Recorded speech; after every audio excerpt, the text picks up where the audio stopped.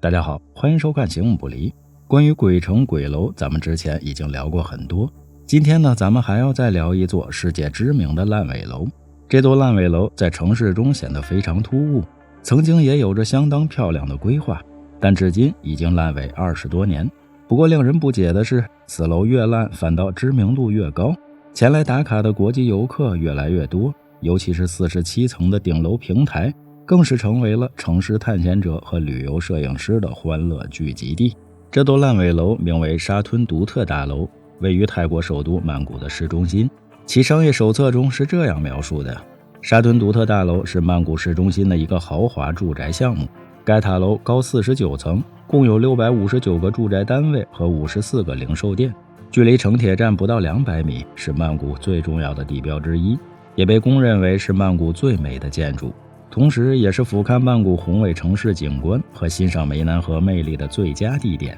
沙吞独特大楼原本应该是一座高耸入云的豪华公寓，但相反的是，它变成了一个令人毛骨悚然的烂尾摩天大楼。当然，这一切还要从20多年前的亚洲金融危机说起。早在20世纪90年代，泰国经济蓬勃发展，未来甚至比以往还要光明，一切事情都显得进展异常的顺利。开发商们到处开发高大的写字楼和摩天大楼住宅，似乎这些高耸入云的建筑真正展现了国家的财富。沙吞独特大楼就是1990年代泰国经济蓬勃发展时开始的主要建设项目之一，它也将成为国家经济快速发展的证明。沙吞独特大楼项目始于1990年，由泰国著名的建筑师及房地产开发商朗山塔苏万所设计，并在其监督下开始施工建设。项目的主要资金来源于泰墨金融证券公司，由斯珀耶公司承建。但经过3年的建设，在1993年，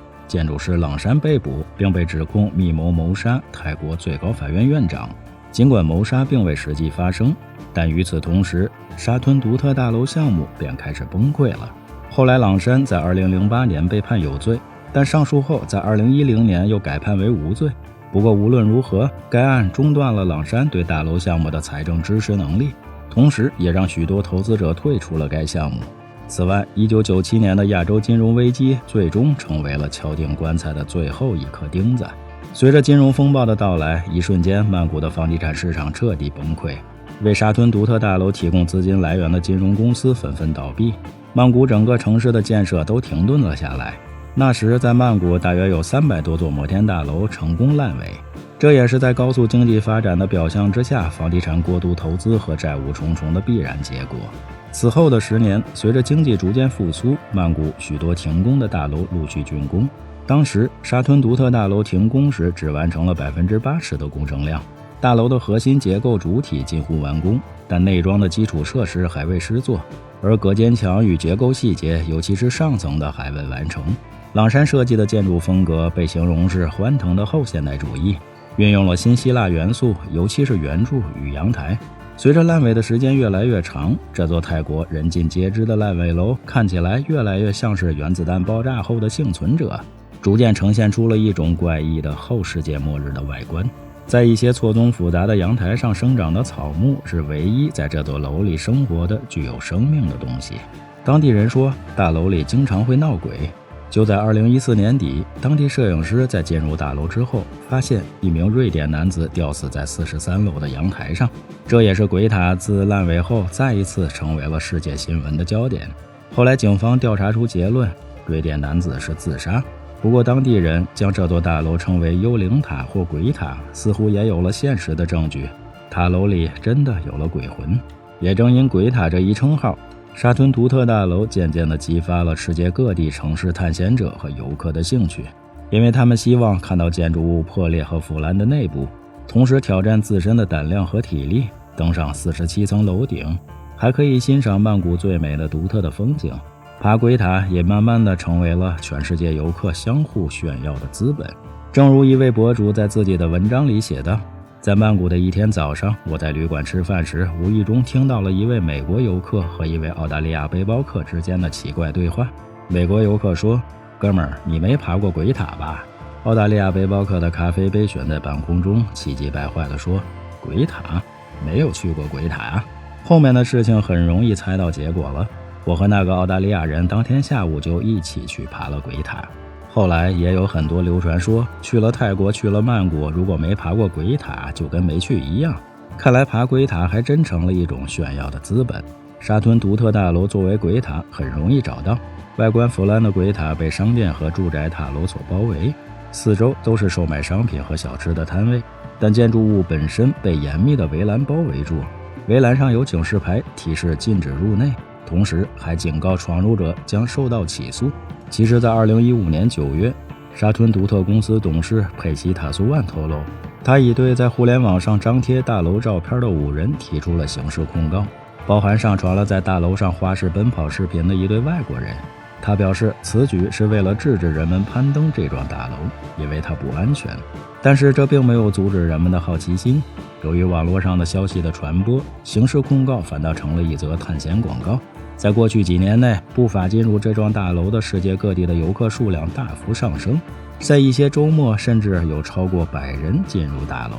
虽然有人看守，但进入鬼塔也并非难事儿。不过困难的是得先找到唯一的入口。表面上看，所有围栏和栅栏都很严实，但也并不是无人值守。过路费基本上都是默认的，只需要每人200泰铢，约合7美元就可以进入了。通常进入鬼塔都是至少要2人同行，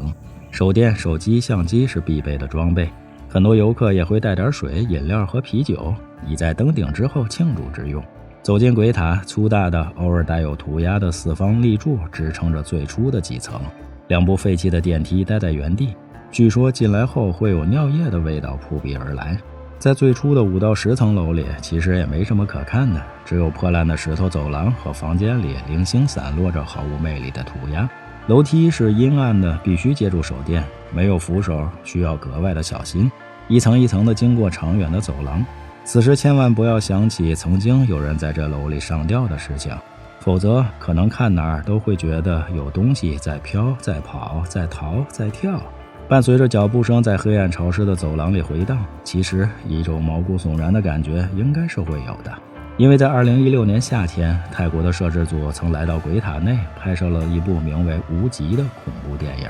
剧情围绕10几岁的女孩在亚洲金融危机期间，当他们的家人面临毁灭时前往鬼塔自杀。到底是爬鬼塔之前先看这部电影，还是看过这部电影之后再爬鬼塔，效果可能会有些差异。先知、后怕和你细品之间，可能对视觉或者听觉的影响会超出你的心理承受能力。尽管鬼塔的基础构架已经完工，但水泥外墙在20层以上就没了踪影，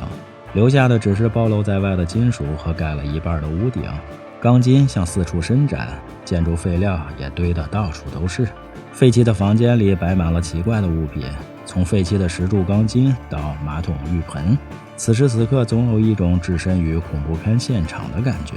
在30多层之后，大多数阳台变得一模一样，有的甚至没有任何围栏或障碍物。进入鬼塔，最终的胜利一定是在顶楼拍照庆祝一番。这楼顶距离地面大概170多米，站在楼顶不仅可以欣赏曼谷城市的风景，还可以拍出很多提心吊胆的视频或者照片，这也足够拿出来炫耀的了。热闹的时候，顶楼能够聚集数十上百人，大家欢聚一堂，看起来都享受到了挑战自我的又一个小胜利。很多游客爬上鬼塔是为了欣赏日出或日落，尤其是晚上来欣赏夜景的特别的多。虽然俯瞰曼谷的景色令人叹为观止，但曼谷的天气非常炎热潮湿，待久了可能也不会感到特别的舒适，毕竟上来了总归还是要下去的。关于沙吞独特大楼烂尾的原因，刚才咱们已经详细聊过，但在当地居民当中还流传有其他几种说法。有说法认为大楼闹鬼，因为大楼原址可能是个墓地。另一派流传的说法认为大楼的阴影遮住了旁边的龙船寺，有不祥之兆导致大楼不能完工。据说泰国有一条民间禁忌，寺庙附近不宜建高楼，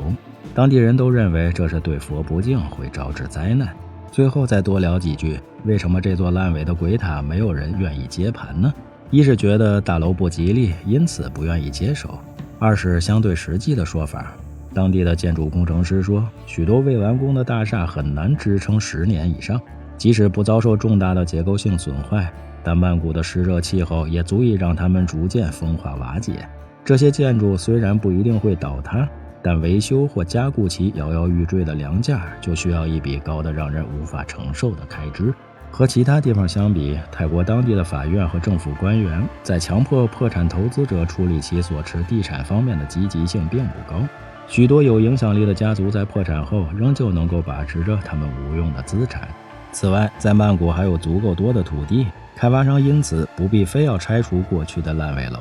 他们可以在其他地方另求发展。没有人能够接盘，那沙屯独特大楼注定会一直烂尾下去。不过最后还要提醒一下大家，荒废多年的泰国鬼塔虽然早已名声在外，但也尽量不要冒险去攀爬，毕竟那里并不是非常安全。出门在外，安全最重要。如果去不了呢，也别觉得遗憾，手机上看看形影不离，这不也挺好的吗？你觉着呢？来次旅行长一点姿势，有什么问题请留言，欢迎转发点个赞。最后别忘了下期内容更精彩，我们形影不离。